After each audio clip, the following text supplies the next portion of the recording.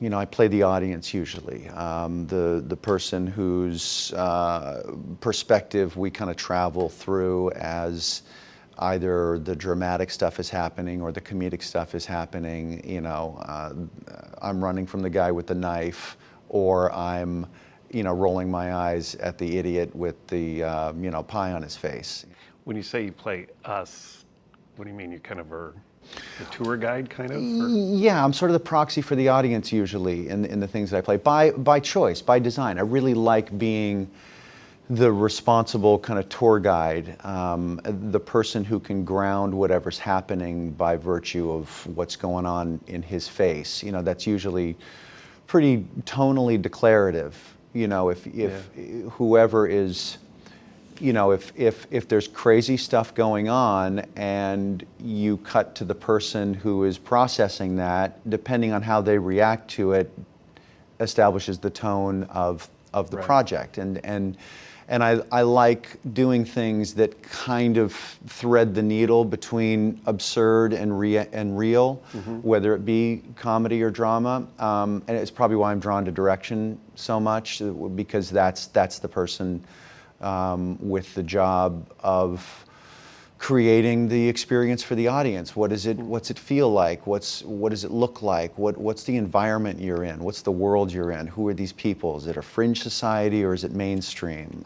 Is it something recognizable or is it something that's kind of a little dangerously foreign to you? Is it the people you drive by or the people that are in your car? What is that world? And so that's also why I like to be in the things that I direct, because that gives me two hands on the wheel. I've got one in front of the camera, one behind, and it lets me manage tone even more specifically. I guess there's a certain amount of efficiency to it too.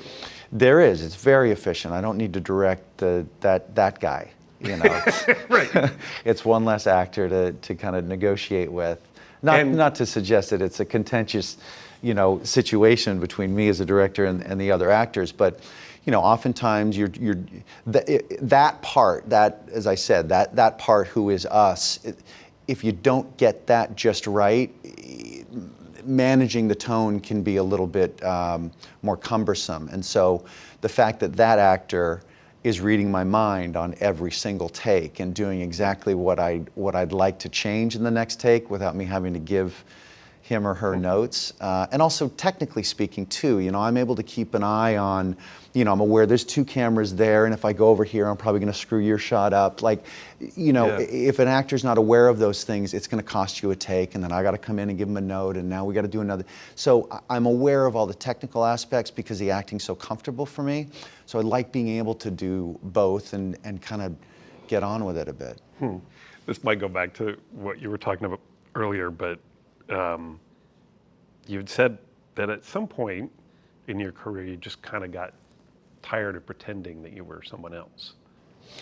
Yeah, there's I love watching the handful, and I don't think it's two handfuls. It's like a handful of actors that are really, really good at morphing into other people.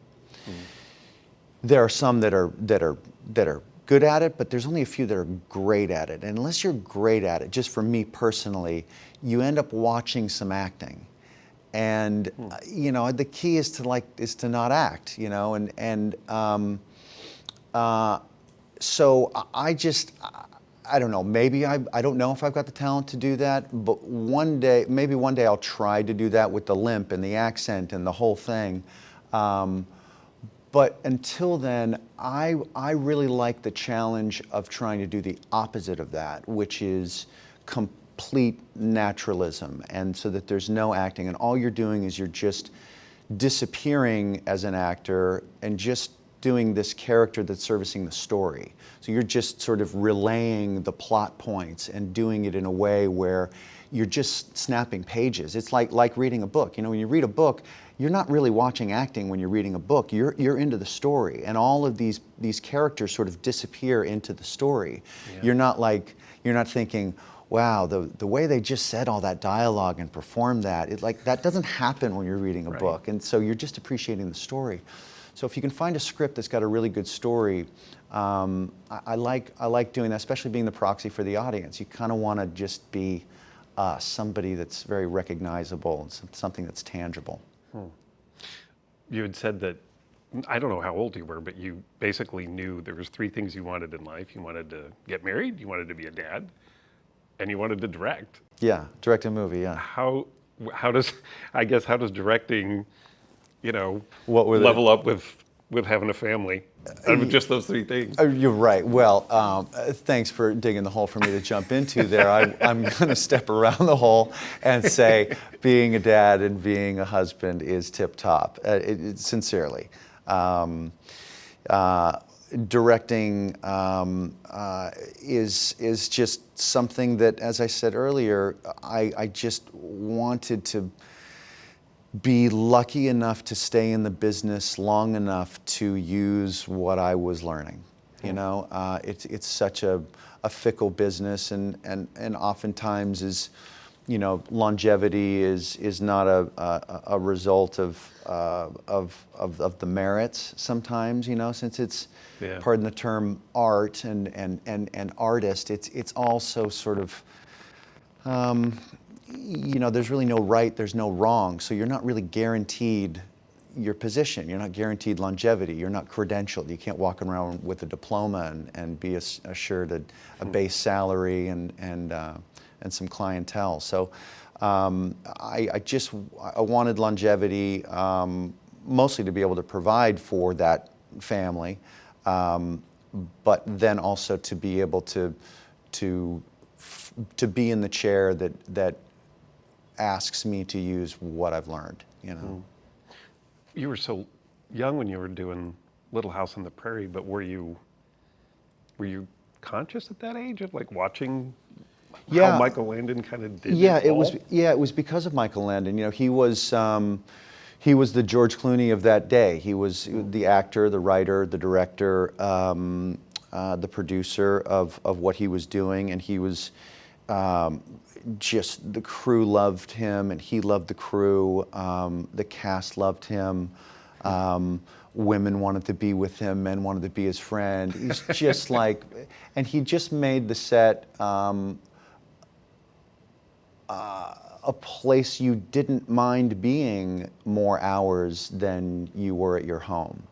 It gets said a lot, sort of, it's a family on this project. In that case, it genuinely was. Those people were together through Bonanza.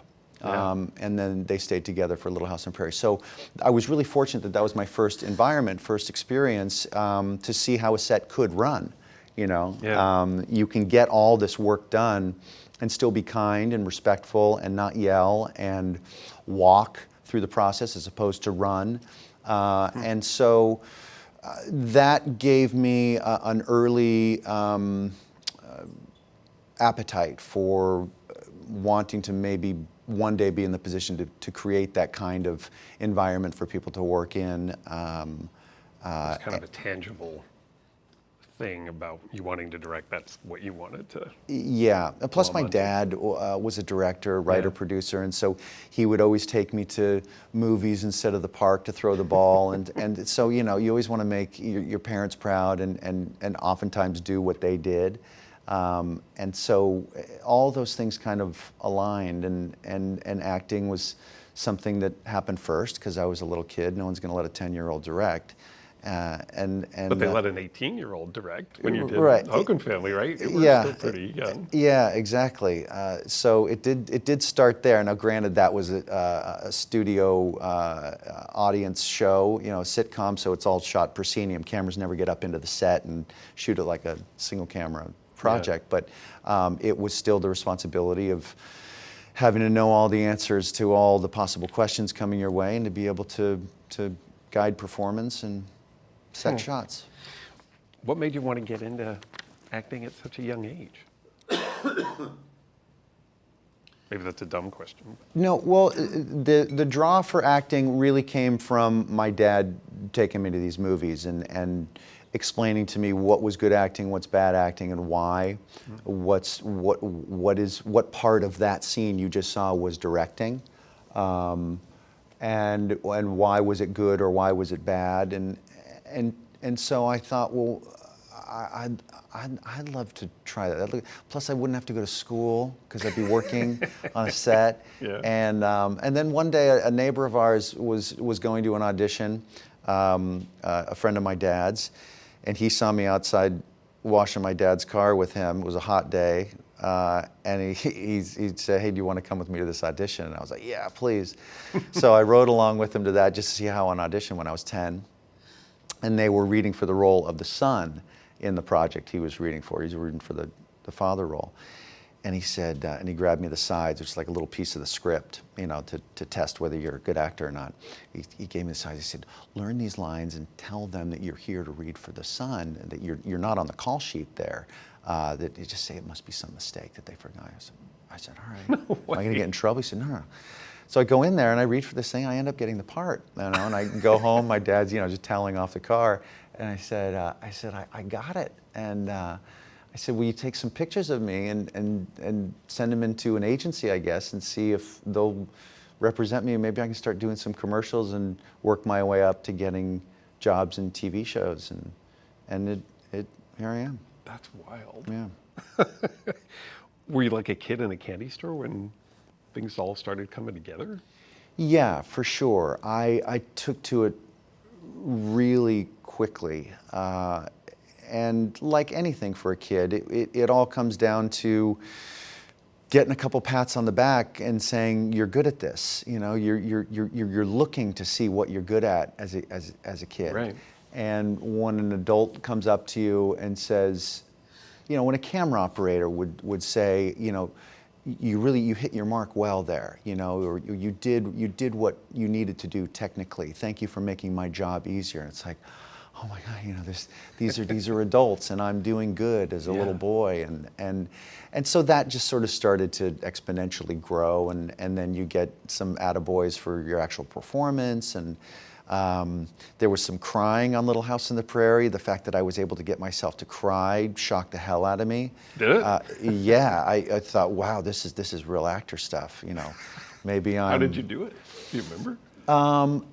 I think it was just thinking about sad stuff, and then you start to, I bet any of us could do it. You start thinking about sad stuff and you start making faces, it starts to come out. Of course now my crutch, it's horrible. My crutch now, as I bring out my iPhone, I start flipping through pictures of my daughters and imagine horrific things happening to them. and then they say rolling, and I turn it off and I put it in my pocket. It's a bit of a hack, but it works. For a time, it sounds like as your career really started getting going, that you were really contributing to the family budget. Like your salary was significant enough that it was really, it must have been, I don't know. Was that too much? Was it a burden, I guess? I'm not sure really what it just seems like that's a very adult thing to have to worry about.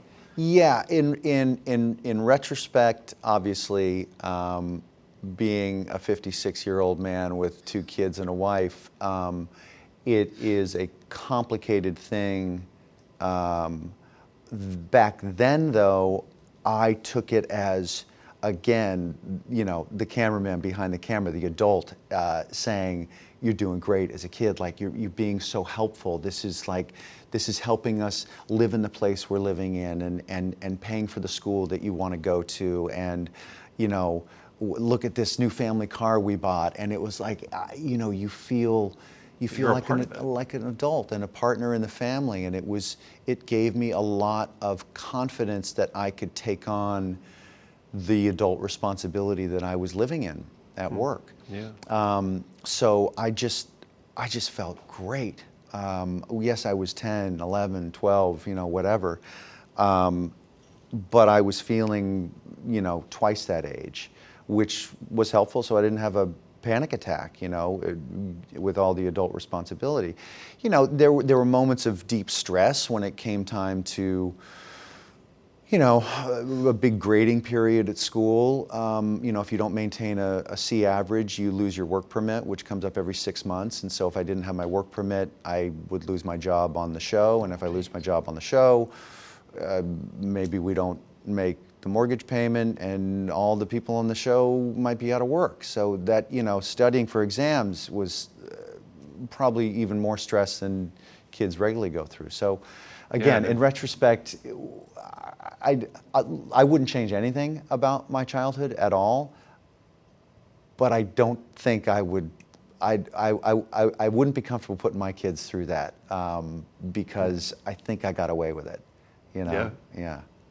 The transition from child star to adult, a lot of folks don't make that transition very well. Yeah. And you did. I feel very, very lucky that I made that transition. I was really worried about it. Were you? Yeah, because things really slowed down for me in my 20s, that's the transition. You're Can't leaving. play the little kid anymore.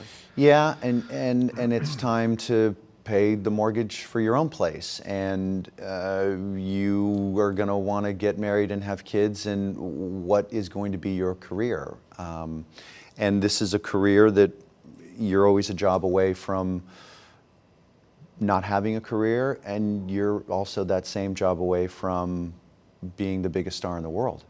So, how am I going to make that transition? What's that job going to be?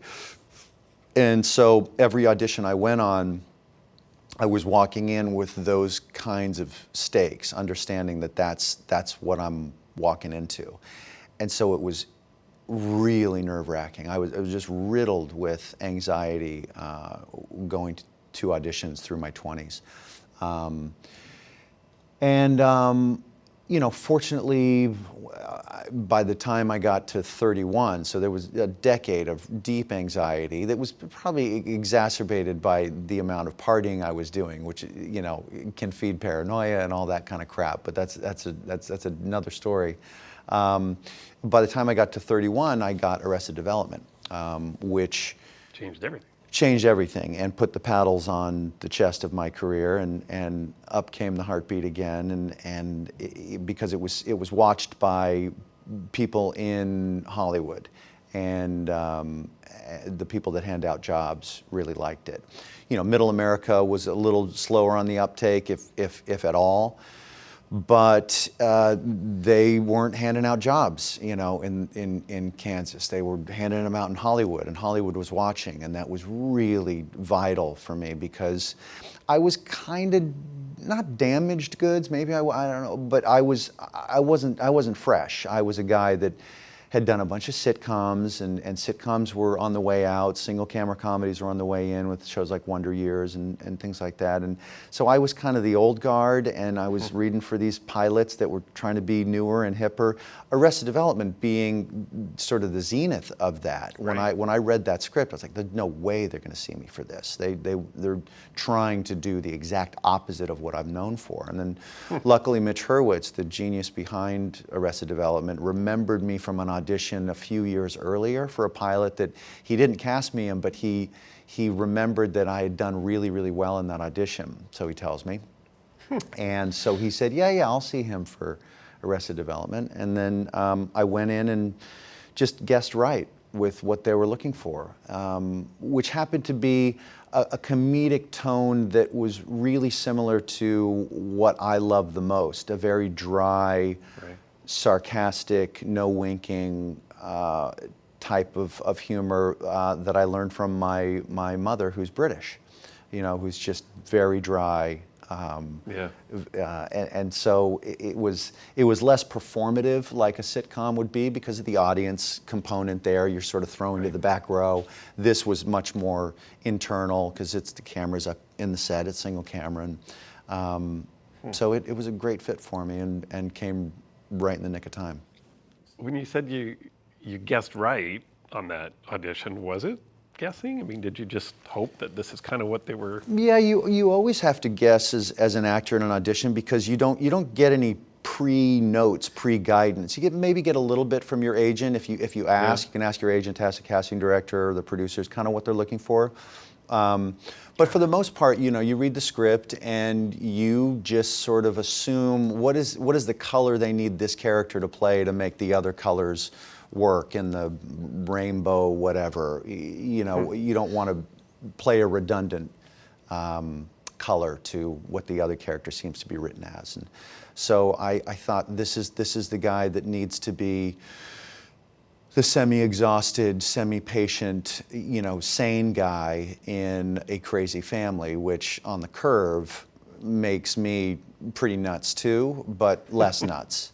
And what would be the fun of that character for the audience? Maybe seeing the fissures every once in a while that you could see, oh, this guy's absolutely as damaged as the rest of the family. But when you see him with that family, he's the serious man. But when he's out among society, he's an idiot. So I like that kind of the polarity there. But had you played that sort of dry, sarcastic, no winking character before? I don't think so, but in my personal life, that was my humor. And I couldn't really do that on the stuff that I was doing in the sitcoms because I'd be underplaying it too much. You kind of have to goose it a little bit. It's a little bit more, as I said, performing as opposed to acting. When you were talking about your partying days, was that kind of trying to make up for lost childhood a little bit because you were working and having some of those adult anxieties? For sure. I was working so hard from 10, and I'd missed a lot of playing with my friends, and so when my schedule cleared up a bit in my 20s, I thought, well, let's take the opportunity to catch up a bit. I had some money, I had some independence there, living on my own in this fun house and all of my buddies around, and it was incredible. I mean, I just had the best time, and but I wasn't really factoring that the industry wasn't really saving my place in line. And when I'm done partying, they're not just going to say, hey, welcome back, here we go. So trying to get back in was a little bit more of a humbling struggle for me than I had assumed. And so it was tough. It was really difficult. I thought, the rest of my life, career is going to be anticlimactic. I've got to find something else to do in another industry, as opposed to banging against the wall and watching everybody else take off and me just kind of stuck in neutral at best. And literally, I've said this before, apologies for anyone who's heard it, I was literally very, very, very close to liquidating what little cash I had, putting it in a duffel bag, going down to the Bradley terminal at LAX, the international terminal, looking up on the ticker board, finding a city that looked interesting, and just unplugging and going there and plugging in and starting over and learning the language, buying a coffee shop with my, duffel bag of cash. And what kept you from doing that? An audition for something that I ended up getting, or I was shadowing the great Jimmy Burrows, the television director, and I wanted to, instead of having all the sitcom experience I had be a detriment, be a sort of a hurdle, a barrier to hiring me, I wanted to turn that into a positive, all that experience, and start directing them and trying to be the next Jimmy Burrows. So he was kind enough to let me shadow him and sign me up with his agent, Bob Broder, and I was galloping towards that. And directed a few episodes of some sitcoms, and it was great. I was feeling like an adult. I was feeling like I was using what I had learned. Yeah. And then Arrested Development happened. You've been sober, what, 25 years now? I think so. Yeah, right around 25. I think. I mean, I have too much respect for people that really live the sober life. They go to meetings and it's nothing. I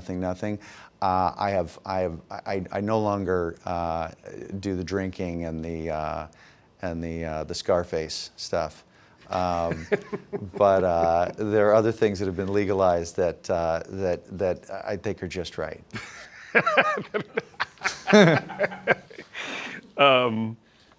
When I guess it must have been in the middle of Arrested Development or whatever when you hosted Saturday Night Live for the first Yeah. time. And it went so well. I read somewhere that you said that you actually thought about going and talking to Lorne Michaels and saying, "Hey." Yeah, well, that place in Saturday Night Live is just, I can't say enough for what they do over there. The culture of accomplishment over there, week in and week out, it's like a Swiss watch. The way they're able to turn around sets and build wigs and write and punch up and it's an incredible thing what that crew can do over there at 30 Rock and that cast and that have whole been doing for so long. apparatus. Yeah, for so long at such a high level that I thought, well, I don't want to leave. This was like the greatest week of my life. And I think I remember, I may have asked Amy Poehler, because I knew her better than anyone because of Will Arnett. And I think I may have asked her, somebody, would I be embarrassing myself if I asked Lorne Michaels if I could join the cast? Like, I could see it going one way or the other. He would say, are you kidding me? You would do that? Of course, it doesn't pay, and you got to the hours are terrible. Or he would say, yeah, we're good. Do you understand the concept here? It's like we've got an incredible cast of players that basically have anonymity in comparison to the big high-profile host that comes in here every week. And so, if we have somebody who is less low profile, it would ruin the sort of so. I never ended up rolling the dice and asking, but that's an incredible job those people have over there. But it was your love of comedy though that wanted to. It wasn't just the fact that it was a fun week. You really. Yeah, but yes, for sure, playing different characters every week and being able to work with writers and write myself, which I think is the hardest job in this business. Writing in any form, filling a blank page is I don't know how they do it. That would be incredible, but really it just really about the process. I do love product, but process to me is just stunning. Creating fake life is a really fascinatingly sneaky, tough thing to do. And to do it with a bunch of really skilled technicians, whether they operate camera or props or makeup or composers or lighting technician, whatever it is, it's a really, really incredibly creatively fulfilling thing to do. And they do it at a speed and at a frequency week in and week out that would have been was great the 2 times I did it to be a part of. Speaking of Will Arnett, the Smartless podcast has become. Yeah. I don't even know how to describe it. It's a mind blower to us three. Yeah. Is it? Oh yeah. I mean, we're doing this. I mean. Yeah. Thank you for watching this. This is just 2 idiots talking, but hopefully we're entertaining you. But talk about 3 idiots talking. We literally open up our laptops 30 seconds before we're recording. Yeah. Just like any Zoom you would ever be on. Right. And there's no prep whatsoever, and we just talk like 3 guys who love each other like we do. We're the closest of friends. It came as a result of us wanting to maintain contact during COVID. Yeah. And Sean, being the adult of the 3 of us, said, will you guys come by the office? And my executive has kind of put some numbers together here to show us we could pay for it ourselves. It would take an hour. It's an hour podcast. It's an hour Zoom once a week, and we might get a chance to talk to some of the people we've always wanted to talk to, but would never talk to us. So it was a great COVID hobby, and then people started listening, and we started getting incoming calls. I remember one of Sean's guests once early on was Paul McCartney. And the interview ended, and we do this little wrap up afterwards. And I said, Sean, how do you know Paul McCartney? How did you get him? He said, that was an incoming. And I realized, oh my goodness, that our audience size must be large enough where, you know, the brilliant publicist behind, you know, Paul McCartney, you know, had done some research to find out, you know, that this would be a useful component to whatever press he was doing at that moment. So it was very flattering. So whose idea was it to just basically have the guest be more or less a surprise to the other two folks? I think it was me. Will thinks it might have been him. Whatever. But it sounds more like me because the reason is out of just pure laziness. Although my work ethic is huge, for talk shows and stuff like that, I figure less is more as far as, you know, preparing. Yeah. And I thought, well, if the guest is a secret to the other two, those two have to do no prep. And it's just one person needs to have a little piece of paper in front of them. Yeah. So you each kind of have, as loose as it is, you each kind of have a role, it seems like. Yeah. So what's yours, you think, in that trio? It toggles between being the dumb guy and being the adult. There's really nothing in between. We actually all three of us take turns of being, you know, the battering ram, and also being the punching bag. But I'm pretty curious. I like to ask questions. Will likes to throw bombs from the sideline, and to me, he's the funniest guy So good at it. in the world. No one makes me laugh more than him.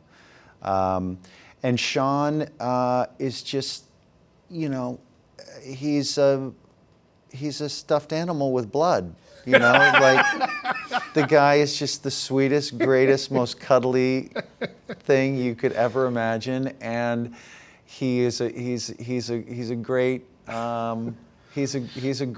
ointment for the crassness of Will at times and me at times, and somehow, some way, we found this little cocktail that works. Did you ever worry, or do you worry, as it's gotten bigger and bigger, and you're sort of branching out the brand more, that it could affect your friendship? Because now it's becoming a business and not just a place to hang out. For sure. We're the three of us are keenly aware that one fight would blow the whole thing. But that's not dissimilar from any relationship that's worth maintaining. You know, I mean, you're married, I'm married. A lot of people watching are married or in significant relationships, whether it be with friends or a partner.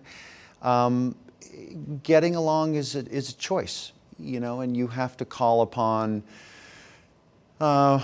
your maturity and your people skills to care about what matters to the person across from you, and there's a responsibility to the relationship and to that person and to yourself to not ignore those things. And you know, I personally need to run my life in such a way where I've constantly got enough of a surplus of compromise and patience to be able to compensate for some of the things that might make me uncomfortable or might not jibe with the way I want to do things. And that's just part of being in a functional relationship, and that's a real important one to me. Those three guys, they're my best friends, and it is, you know, ends up being the biggest piece of business in my 40-some years of doing this. Isn't that remarkable? You probably never imagined podcaster. No, It would be next to your name. It's absolutely stunning, and we couldn't be more grateful for the people that make that possible. You know, the people that listen.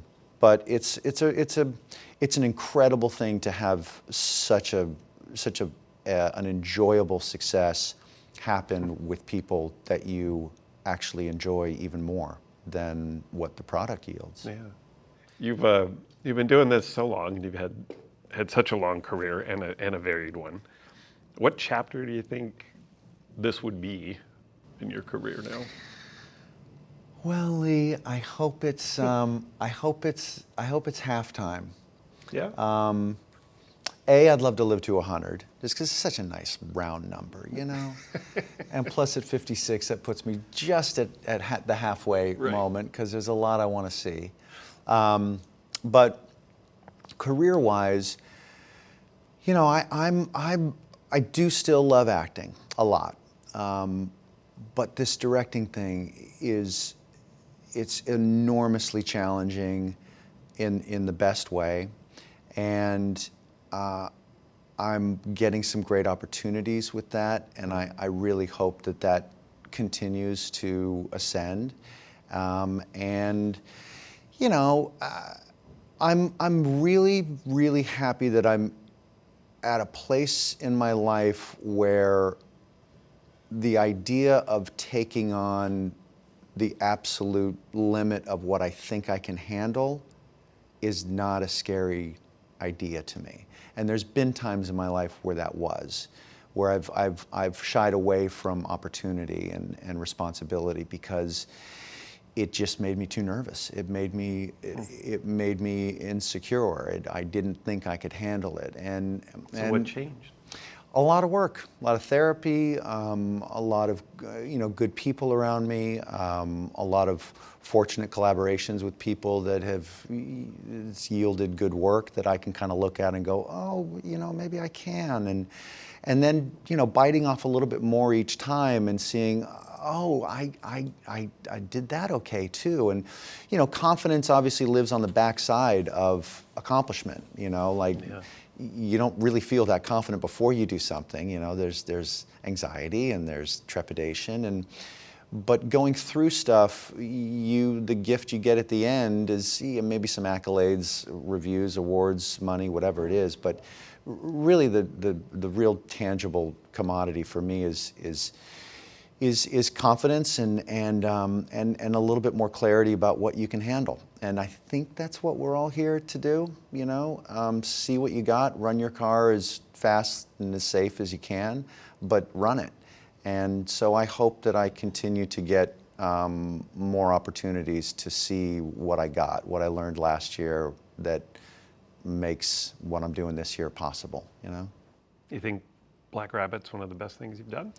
I think it might be. Ozark I'm incredibly proud of, and maybe that's a tougher accomplishment in that it went 4 or 5 years.